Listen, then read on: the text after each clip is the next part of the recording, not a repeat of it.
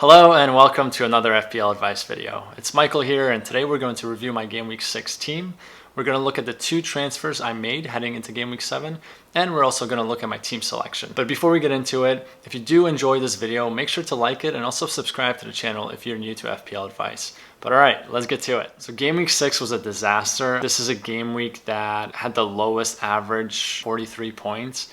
I think if you got above that, you should be quite happy because, again, I think a lot of the players that we hope to perform didn't.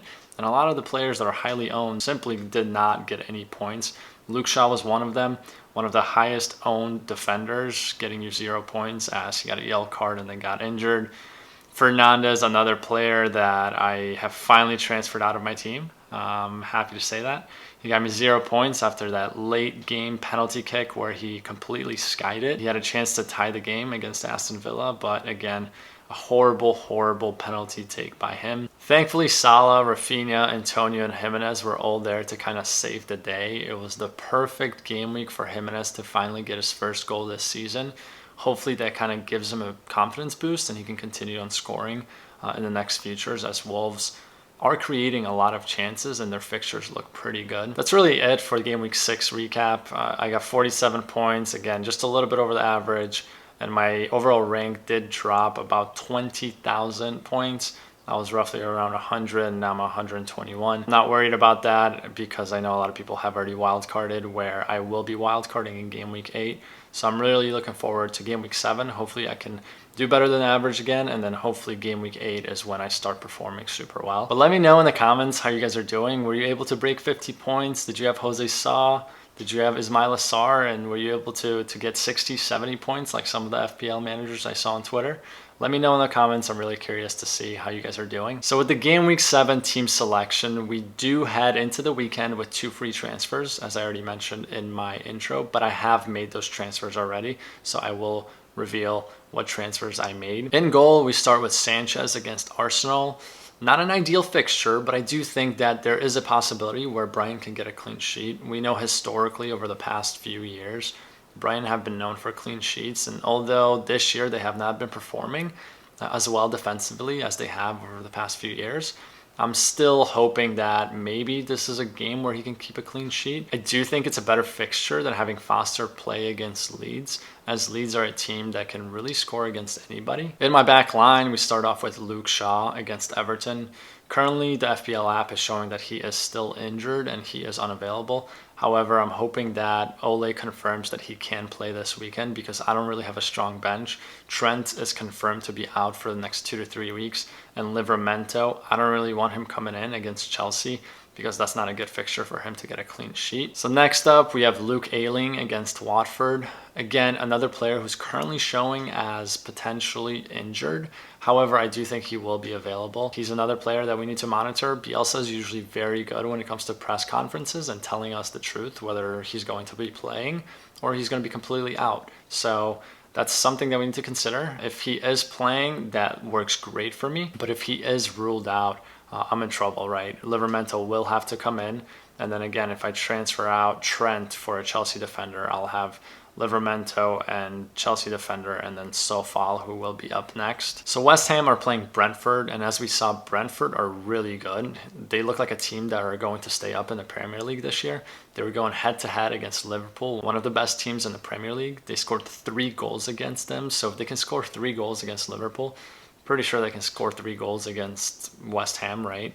I'm hoping that Sofal can maybe get some attacking returns. So far, he's been averaging 2.6 points per game, which is really bad for a 5 million defender. In midfield, we start with Rafinha against Watford. He's yet another player who's currently showing as 75% chance of playing due to a hip injury. He showed the same last week, and he still ended up playing 68 minutes, picking up a goal and also 2 bonus points.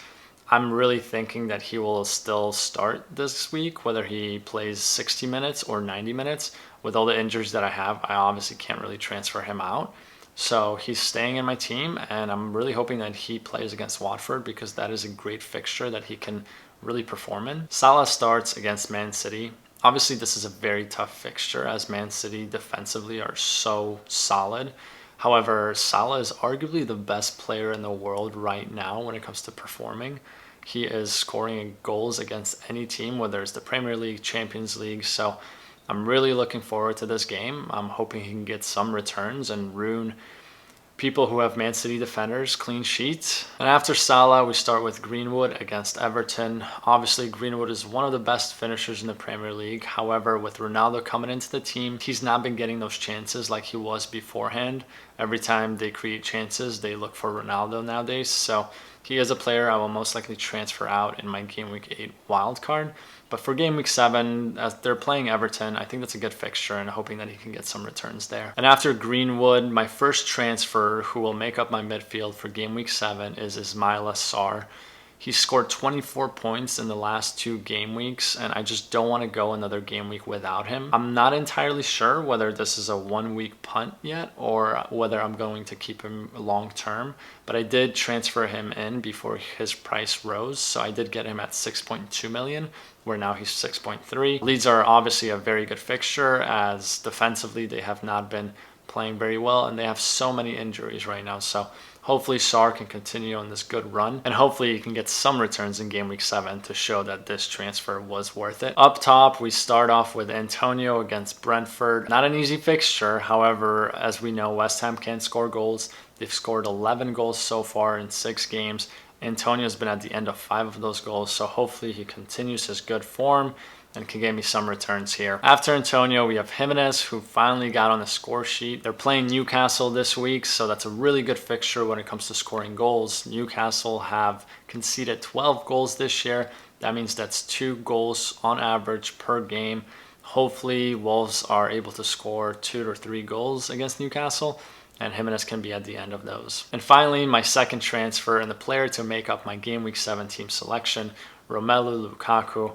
I'm so happy to have him finally in my team. He has blanked twice in the last 2 games against Tottenham and Man City, but again, those are 2 really tough fixtures. Southampton have also been pretty good defensively this year, but hopefully Chelsea and Lukaku can break through that defense and he can get me some sweet returns, as he will be my captain for Game Week 7. That's all I have for you today. I really hope you enjoyed this video, and if you did, make sure to like this video and also subscribe to the channel if you're new to FPL Advice.